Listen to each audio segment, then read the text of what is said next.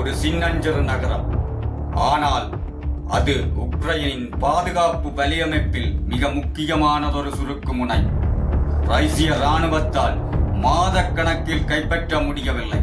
Wagner ஏற்றுக்கொண்டது. 2022 August முதல் 2023 மே வரை கிட்டத்தட்ட 9 மாதங்கள் இந்த ஒரே நகரத்திற்காக மனித அலையாக வாக்னர் வீரர்களை அனுப்பிக் கொண்டே இருந்தது. சிறை கைதிகள் முன்வரிசையில் நிறுத்தப்பட்டனர். மாமிச கவசம் என்று அழைக்கப்பட்டனர். இந்த போரில் மட்டும் சுமார் 20,000 வாக்னர் வீரர்கள் கொல்லப்பட்டனர்.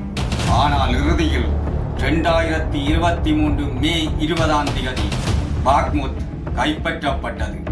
பிரிகோஜின் வெற்றியை கொண்டாடினார். ஆனால் அதே நேரத்தில் ஆத்திரமும் கொண்டார். ஏனென்றால் ரஷ்ய இராணுவம் தேவையான ஆயுதங்களையும் வளங்களையும் கொடுக்க மறுத்தது.